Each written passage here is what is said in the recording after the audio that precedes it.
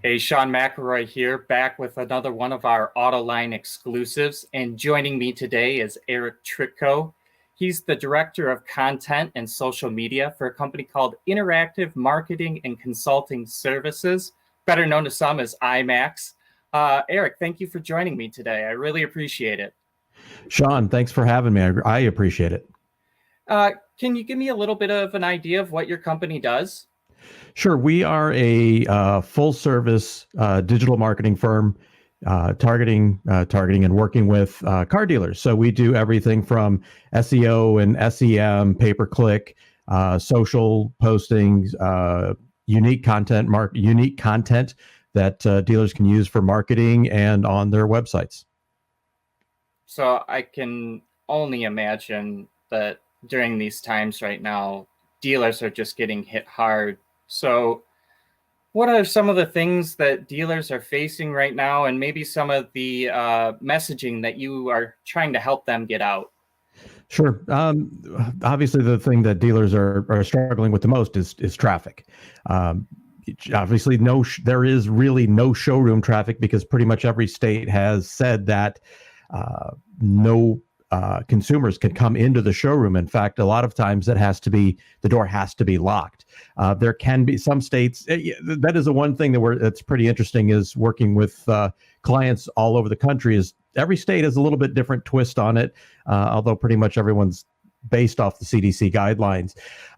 So the big thing that we've been working with is messaging and real time messaging for our clients, and that's just things are dynamic, things change. I mean, we saw in Michigan here last week that all of a sudden they went from not being able to sell vehicles to sell vehicles, and in some states we've had it where people could come into the store and then it just changed where they couldn't. So things like that. That's one of the big messaging items that we've been putting out there, just everything being real time and being very dynamic. Some other things like really stressing the pickup and delivery and the safe delivery and things like that with the disinfecting and wiping down everything so that people actually don't have to leave their houses.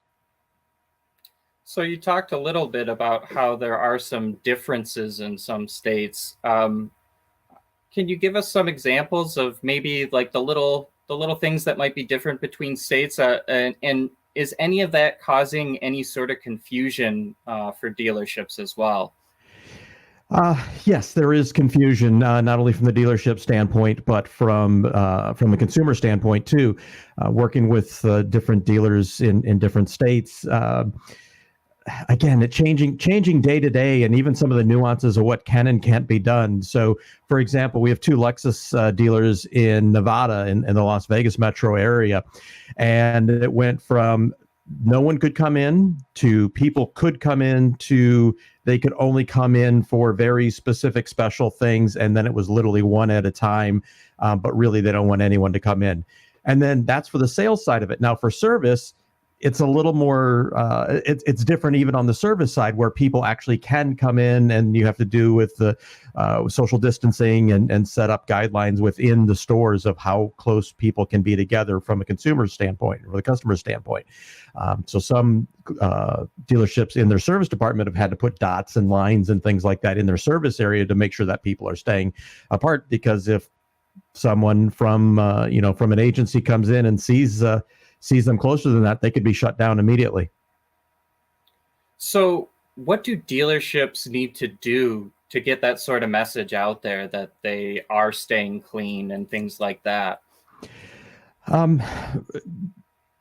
There's a few things. Just consistent messaging across all mediums, really all digital mediums is what we're seeing.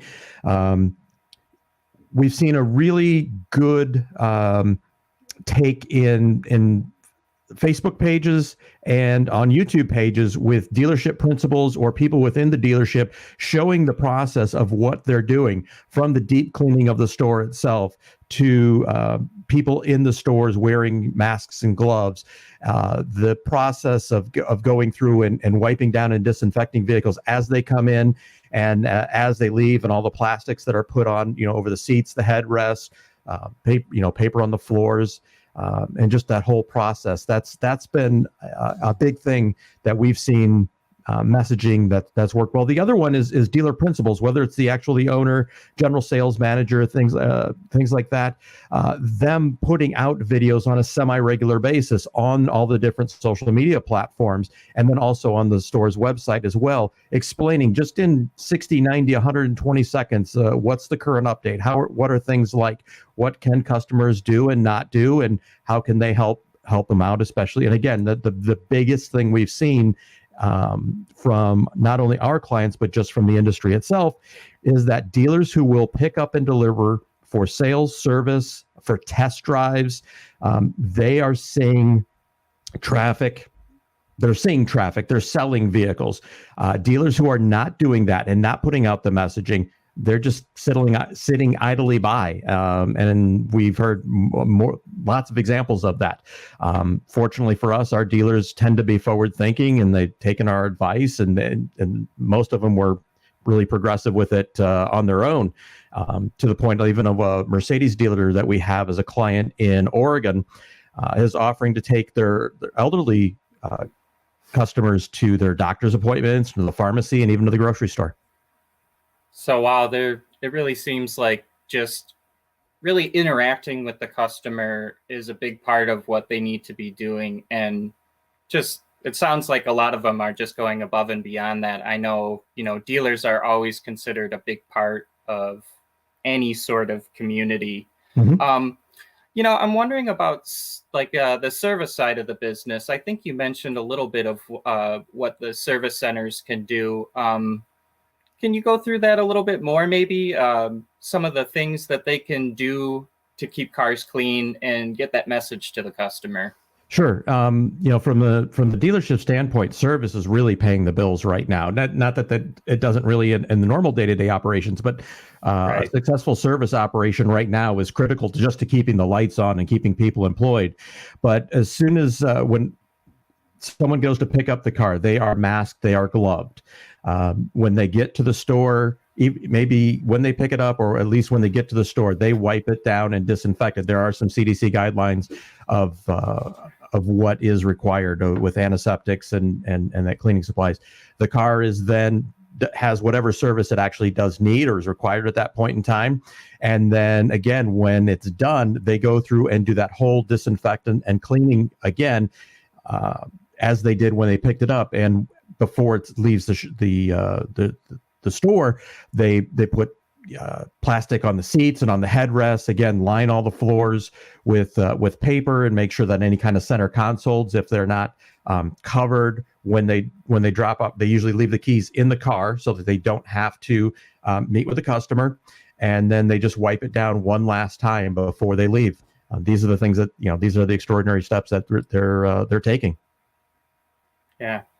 I'm also wondering, in this sort of environment, when it comes to marketing yourself as a dealership, are you telling dealerships to spend that money or keep that money to themselves right now and maybe use it at another time? The key is you have to spend the money. You just have to do it intelligently, smartly, put the right messaging in the right places. One of the things that anyone who went through a marketing class, probably in early 100, 200 level marketing classes, one of the things that I always remembered was any market share that you can gain in a down market is exponential on the upside. So, if you can gain market share at this point, then when things turn around, whenever that is, you'll see much more growth because of that, because you've kept the mind share, because you did something to win customer loyalty. So the key things of being smart at this point is targeting things like updating offers on your Google My Business, just Google ads in general, looking at different places that maybe they've traditionally advertised in. Instagram has been a big one of late where we've seen a good take rate. YouTube, people are, if you pay attention, YouTube views are through the roof. And if you can get a 5 to 15 second video in front in a pre-roll on YouTube, that's scoring very well because it's not annoying where people are going to click off of you, but you can get your message across. And of course, Facebook, everyone's spending a lot of time on Facebook. So advertising and targeting your advertising very, very specifically on Facebook, which you can do, and Instagram as well. Those are the key things of spending money wisely, intelligently, and being able to see a return. Because at this point, if someone is clicking on and asking, they're ready to buy. We're through that initial couple 3 weeks of people just continuing on to purchase as they did. Now, if someone's looking to buy a car, they're looking to buy a car. So if someone's showing interest, it's up to the dealer at that point to execute. Right. All very important things for dealers. But Eric, if there is a dealer that's kind of lost out there and they're looking for some help, how might they get in touch with you guys? Yeah, thank you, Sean. Obviously, if people are interested in becoming clients of ours, obviously you're welcome. But if you just even have questions, like Sean says, you lost, you don't even know where to start, please do get in contact with us. We're here to help. I think it's really critical that everyone in the industry really help each other out. You can reach me at Eric at IMAXWeb. The owner of the company, Gary May, at Gary at IMAXWeb. Of course, we're on all the different social platforms as well, LinkedIn, Facebook, and Twitter as well. And again, I encourage all dealers, if you have any kind of questions, to reach out to us. Those dealers who are, I hate to use the word progressive, but I think that's the right word, or forward thinking. You have the opportunity to come out on the backside of this with growth opportunity and keeping the lights on and keeping people employed.